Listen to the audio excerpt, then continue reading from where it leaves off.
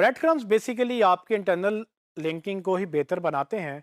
और ये एक टेक्निकल टर्म है जिसमें आपको ये मेन्यू का एक स्ट्रक्चर होता है जिसमें आप पेज बाय पेज जैसे जैसे आप डीप लेवल में चले जाते हैं वो आपको एक पाथ बताता है कि आप कहाँ से चले थे या आप इस वक्त कहाँ पर खड़े हैं। इसको मैं एक एग्जांपल से समझाऊंगा, लेकिन अगर हम पहले ये स्क्रीनशॉट देखें तो ये मैंने मोबाइल फ़ोन्स इन पाकिस्तान के नाम से एक सर्च की और मुझे कुछ रिजल्ट्स उसके अगेंस्ट नज़र आए।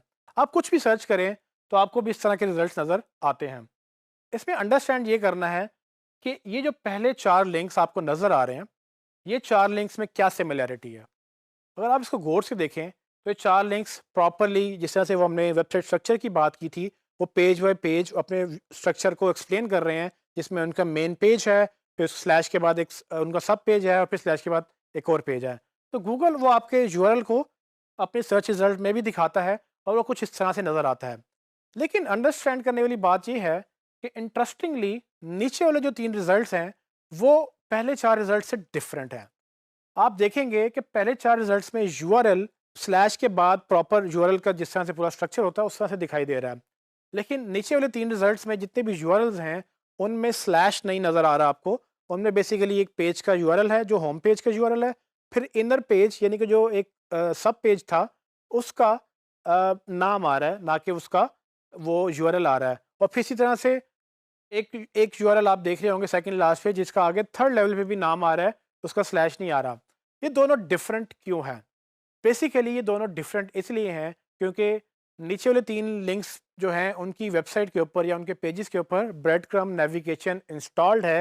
यानी कि गूगल को ये पता है कि ये पेज का पेरेंट पेज कौन है और उसका पेरेंट पेज कौन है। यानी कि वो पूरा पाथ अंडरस्टैंड कर सकता है कि ये पेज कहाँ से चला और कहाँ तक जा रहा है। तो ये हम गूगल को बता सकते हैं खुद से अपनी वेबसाइट में इंस्टॉल करने के लिए। लेकिन अगर ये काम बाकी वेबसाइट्स भी कर लें तो वो भी बेहतर हो सकती हैं। आपको मैं ये दिखाता हूँ कि जैसे कि एक रिज़ल्ट दराज़ का आ रहा था, अगर मैं उसी पेज के ऊपर क्लिक करके उसकी वेबसाइट के ऊपर जाऊँ, तो आप देखेंगे कि मेन्यू में आपको पूरा पाथ नज़र आ रहा है कि पहले आप होम पेज के नीचे मोबाइल्स का पेज है और उसके नीचे एक और पेज है।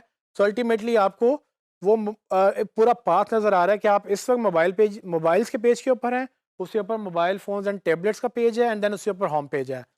इस बात की वजह से यूज़र को ये आसानी होती है कि यूज़र ये अंडरस्टैंड कर लेता है कि हाँ भाई, मैं कहाँ पर हूँ और मैं कहाँ से ये पेज चला था और इसके पेज का पेरेंट पेज कौन है और उसका पूरा पाथ क्या है। ये चीज़ गूगल को भी हेल्प करता है वो स्ट्रक्चर अंडरस्टैंड करने में।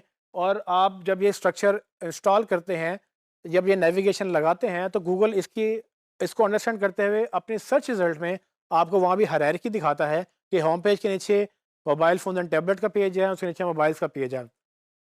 ये इंपॉर्टेंट 2 रीज़न्स की वजह से है। एक तो ये कि जब आप यूआरएल देखें तो यूआरएल जब जो लंबे यूआरएल हैं वो कट रहे हैं, उसमें प्रॉपर वर्ड्स नहीं है, उसमें डॉट डॉट लगा के गूगल उनको ट्रंकेट कर देता है, मतलब कि वो एक्स्ट्रा लेटर्स को छोटा करने के लिए उनको काट देता है। तो पढ़ने में आपको समझ नहीं आती कि वो यूआरएल क्या है। लेकिन अगर आप नीचे वाले यूआरएल देखें तो वो कट नहीं रहे हैं, बाकायदा उनके नाम लिखे हुए हैं और वो गूगल में देखने में सोफिस्टिकेटेड लग रहे हैं कि हाँ भाई ये प्रॉपर वेबसाइट का स्ट्रक्चर है।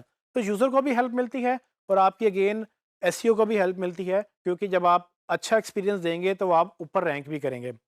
दराज की तरह मैंने ओएलएक्स की वेबसाइट भी देखी, तो ओएलएक्स की वेबसाइट में भी आप देखेंगे कि ब्रेड क्रम्ब लगे हुए हैं और ये ऑलमोस्ट आप हर वेबसाइट में देखेंगे कि ये लगे हुए होते हैं। सवाल ये है कि ये आप कैसे लगाएंगे। तो बेसिकली आपको पहले तो ये अंडरस्टैंड करना है कि ब्रेड क्रम्ब्स आपको चाहिए और ये ब्रेड क्रम्ब्स आपके स्ट्रक्चर पे डिपेंड कर रहे होंगे कि वो किस तरह से हायरार्की या लेवल्स के ऊपर डिवाइडेड है। लेवल 1 क्या है, लेवल 2 क्या है, लेवल 3 क्या है। सो लेवल 3 के पेज के ऊपर लेवल 2 और लेवल 1 का पाथ होगा, वो आप अपने डेवलपर से कहेंगे या आप खुद भी सीख सकते हैं। अगर आप थोड़ी बहुत एचटीएमएल अंडरस्टैंड करते हैं तो आप खुद भी लगा सकते हैं। और यही काम अगर आप वर्डप्रेस में करना चाहें तो वर्डप्रेस में आपको अक्सर प्लगइन मिल जाते हैं जो कि ये आपको हेल्प करते हैं ब्रेड क्रम्स लगाने के लिए। लेकिन इन शॉर्ट, ब्रेड क्रम्स आपको लगानी है। ये बहुत छोटी लेकिन बहुत इंपॉर्टेंट चेंज है आपकी वेबसाइट के लिए। इससे आपकी एसईओ बहुत बेहतर हो जाती है, इंटरनल लिंकिंग स्ट्रांग हो जाती है और अल्टीमेटली गूगल आपको उसका बेनिफिट देता है आपके पेजेस को प्रॉपरली गूगल सर्च रिजल्ट्स में शो करके।